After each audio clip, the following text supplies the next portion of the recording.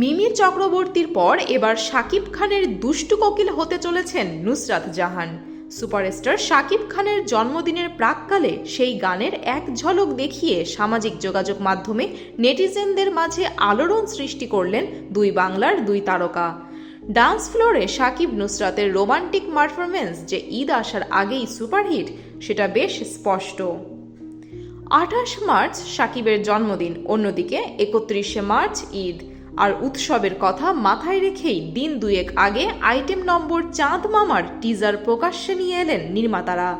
মেহেদী হাসানের বরবাদ সিনেমায় থাকছে এই গান, যে ছবির শুটিং শুরু হয়েছে ভারতের মুম্বাইয়ে।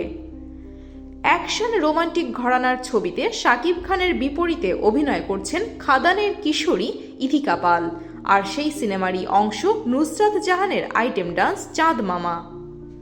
অতঃপর দুই বাংলার অনুরাগীদের জন্য যে এটা বড় ঈদই অর্থাৎ ঈদের উপহার হতে চলেছে তা বলাই বাহুল্য। তাদের কথায় চলতি বছর ঈদের চাঁদ সম্ভবত সত্যিই অনেক বেশি উজ্জ্বল হতে চলেছে। মাসখানেক আগেই মুম্বাইতে গিয়ে বরবাদ সিনেমার আইটেম নম্বর চাঁদ মামার শুটিং করে এসেছিলেন নুসরাত। জানা গেছে তুফান সিনেমারও দ্বিগুণ বাজেটে তৈরি হয়েছে বরবাদ।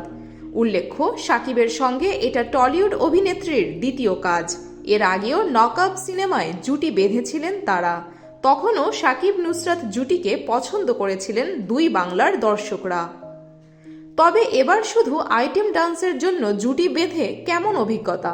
মুম্বাই থেকে শুটিং করে ফিরেই অভিনেত্রী জানিয়েছিলেন, পারফর্মার হিসেবে একটা ভালো গানে পারফর্ম করার অভিজ্ঞতা সবসময়ই ভালো হয়। তাছাড়া শাকিব খানের সঙ্গে এটা আমার দ্বিতীয় কাজ, বাকিটার জন্য আরেকটু অপেক্ষা করতে হবে সকলকে। জান্নাত মিতু, খুলনা গেজেট।